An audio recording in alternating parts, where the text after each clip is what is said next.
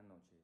Mi nombre es Juan Camilo Toro Quintero y les vengo a hablar un poco de lo que es el derecho internacional. Bueno, la sociedad internacional es el conjunto de estados y otros actores que conviven en el mundo. No es como una sociedad interna del gobierno central, sino que funciona de manera descentralizada. Estas normas surgen de acuerdo y del consentimiento de sus miembros. El derecho internacional público es el sistema de reglas que regulan esa convivencia, buscando mantener el orden, resolver conflictos y promover la cooperación. Su evolución histórica. Antes de la Segunda Guerra Mundial, el derecho internacional era clásico. Predominaban los estados europeos. No existían instituciones globales fuertes y la soberanía era casi absolutista. Después de esta guerra, se transformó en un derecho internacional contemporáneo, universal y con participación casi total de los estados del mundo. Se reconoce como nuevos actores las organizaciones internacionales y en algunos casos algunos individuos. Este aborda problemas globales como medio ambiente, terrorismo o pandemias. Sus características de la sociedad internacional actual. Según Manuel Díez de Velasco, señala que es universal, ya que casi todos los estados están dentro. Compleja y dinámica, ya que enfrenta temas diversos y que están en un cambio constante. Heterogénea, porque hay grandes desigualdades económicas, políticas y militares. Fragmentada, ya que no existe ninguna autoridad central que lo controle todo. Independiente, ya que ningún estado puede vivir aislado. Y con riesgos comunes de seguridad, economía, clima y salud. Además, coexisten tres estructuras: relacional, que son las interacciones entre estados; institucional, con organizaciones centrales como la ONU; comunitaria, con valores e intereses comunes, aún en desarrollo. Fuentes del derecho internacional público. Esto según el artículo 38 del Estatuto de la Corte Internacional de Justicia. Las fuentes principales son tratados internacionales, acuerdos escritos entre estados, costumbre internacional, prácticas repetidas aceptadas como obligatorias.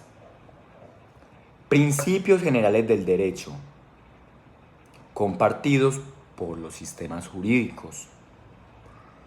En sus fuentes auxiliares podemos encontrar la jurisprudencia internacional, la doctrina de los juristas, actos unilaterales y resoluciones de organismos. Las normas ius cogens, imperativas y universales, como la prohibición del genocidio o la esclavitud.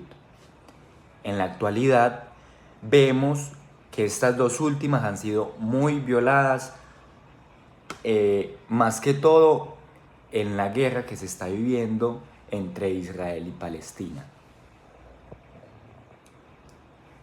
En resumen de este tema, es que la sociedad internacional es diversa, independiente y enfrenta problemas que ningún estado puede resolver solo. Ahí viene el derecho internacional público. A través de sus fuentes es la herramienta que busca ordenar esas relaciones y garantizar una convivencia pacífica en un mundo globalizado. Ahora vamos a ver un estados, según Antonio Remiro Brotons. Como segundo tema, les vengo a hablar del Estado como sujeto fundamental del derecho internacional, siguiendo la visión de Antonio Remiro Brotons.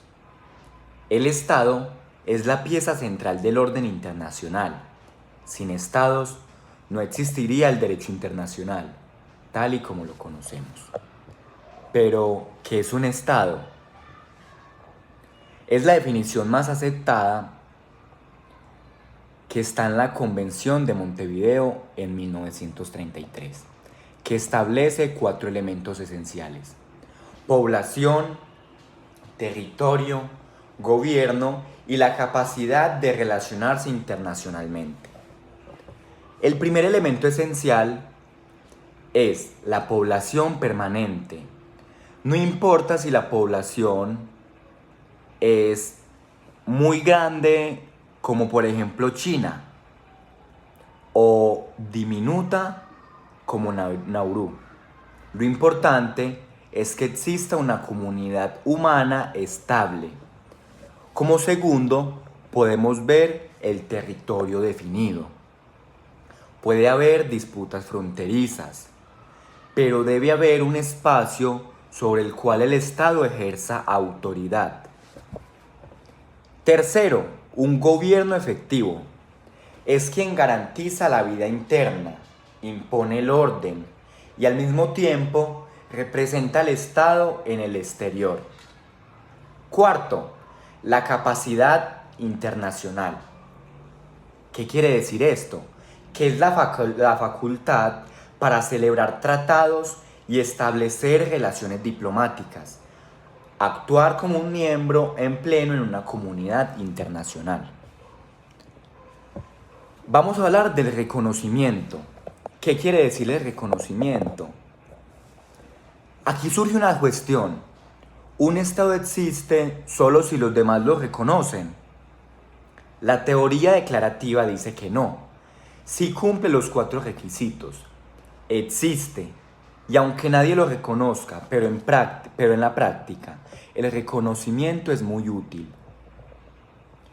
Facilita el acceso a tratados, al comercio y a organismos internacionales. Esto marca el inicio de relaciones formales con otros estados. Vamos a ver la soberanía e inmunidad. La soberanía es la piedra angular. Esto significa que el Estado es independiente y no está subordinado a otro en su territorio. Esto se traduce en el principio de no intervención, que es ningún Estado puede interponer su voluntad dentro de otro. Además, está la inmunidad de jurisdicción. Por igualdad soberana, un Estado no puede ser juzgado por los tribunales de otros sin su consentimiento. En resumen, el Estado sigue siendo el actor principal del derecho internacional, con derechos y deberes claramente, esto derivado a la soberanía. Aunque en este momento estamos viviendo en un mundo globalizado, independientemente y con actores no estatales, pero cada vez más influyentes, el Estado sigue siendo la unidad básica sobre la que descansa todo orden jurídico internacional. Sin estados, el derecho internacional no tendría dónde aplicarse. Bueno, como tercer tema, muy importante, nos vamos a ir al inicio de lo que es el derecho internacional público. Les voy a hablar de sus fuentes. Esto quiere decir que, ¿de dónde surgen las normas que regulan la convivencia entre los estados y demás sujetos internacionales? La referencia básica para identificarlas está en el artículo 38 del Estatuto de la Corte Internacional de Justicia, que distingue entre fuentes principales y fuentes auxiliares. Como fuentes principales, podemos ver los tratados internacionales, que son acuerdos escritos entre estados u organizaciones internacionales que generan derechos y obligaciones. Estos pueden ser bilaterales, como un tratado de paz entre dos países, o multilaterales, como la Carta de las Naciones Unidas. La segunda es la costumbre internacional, que es una práctica general y constante aceptada como derecho. Esto tiene dos elementos, que es la práctica repetida en el tiempo y la convicción de que esa práctica es jurídicamente obligatoria, lo que se llama en latín opinio juris. La tercera son los principios generales del derecho, que son las ideas jurídicas compartidas por los principales sistemas legales en el mundo y en el que se aplica para llenar estos vacíos. Por ejemplo, el principio de buena fe o la responsabilidad por actos ilícitos.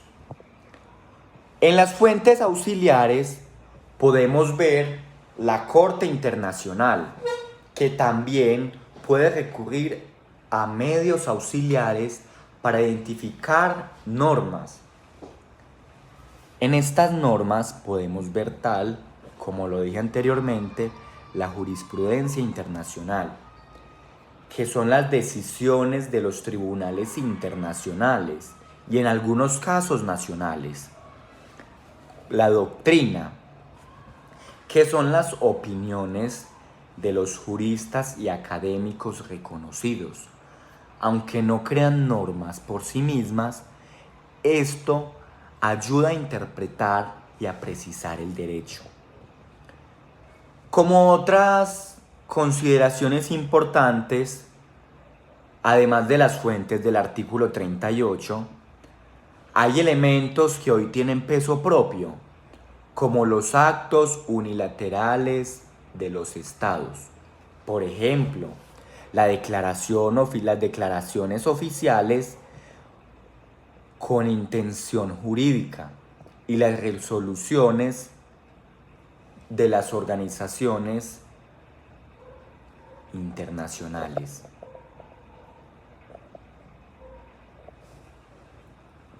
También está el ius cogens, que son las normas imperativas aceptadas por la comunidad internacional, que no pueden ser derogadas, como la prohibición de la esclavitud o del genocidio. En conclusión, las fuentes del derecho internacional público son el mecanismo a través del cual se crea y se transmite la voluntad jurídica de la comunidad internacional, que son los tratados, la costumbre y los principios generales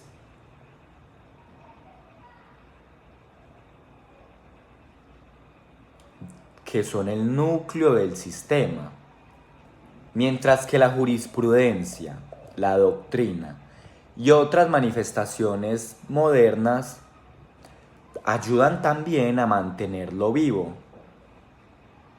y adaptado a los cambios constantes del mundo. Conocer estas fuentes son esenciales para entender cómo se constituye y evoluciona el orden jurídico internacional. Algo que no les había dicho es que mi nombre es Juan Camilo Toro Quintero. Soy estudiante de Derecho y estoy cursando Derecho Internacional Público. Y es bueno compartir conocimientos hacia otras personas. Muchas veces, por las situaciones actuales que está atravesando el país o diferentes partes del mundo, como por ejemplo el caso que está pasando este momento como con Colombia y Venezuela, o como el caso también de Colombia, entre Colombia y Perú. O nos vamos al otro lado del mundo, que podemos ver una guerra que lleva muchos años entre Israel y Palestina. El derecho internacional público nos regula ese tipo de cosas y nos ayuda a entender un poco más de los mecanismos que está atravesando el mundo en este momento, de las situaciones, de todo lo que podemos observar en este momento en el mundo. Entonces el derecho internacional es fundamental para tener mucho más conocimiento de lo que estamos viviendo en estos momentos diferentes países, como Estados Unidos con los aranceles, que llega el derecho internacional a intervenir. Bueno, espero que les haya gustado mucho esta pequeña conversación o esta pequeña charla informática que le estoy dando hacia ustedes, el público.